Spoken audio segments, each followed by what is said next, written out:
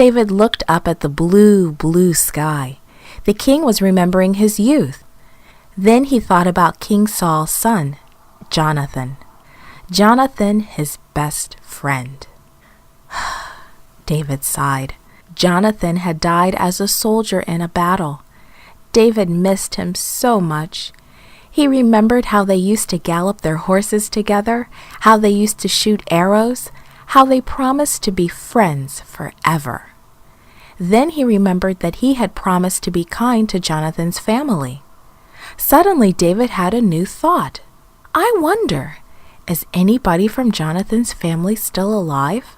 King David sent for Ziba, who had been a servant in Saul's house. Ziba ran to the palace and bowed before the king. Is anyone from Saul's family still alive? King David asked Ziba. If there is, I want to show them God's kindness. Yes, Ziba answered.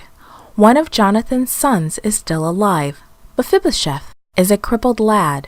He was hurt as a child and is crippled in both feet. King David smiled. I want to see him, he said.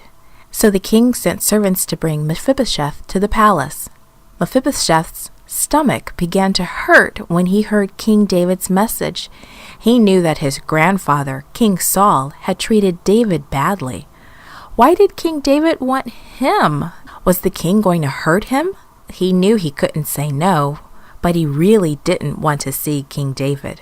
When he arrived at the palace, he bowed very low before King David. I am your servant, he said. Don't be afraid, David said kindly. Your father Jonathan was my best friend. That's the reason I wanted you to come here. I am giving you all the land that once belonged to your grandfather Saul, and I want you to live here with me at the palace. Mephibosheth's mouth dropped open with surprise. Why do you want to do such nice things for me?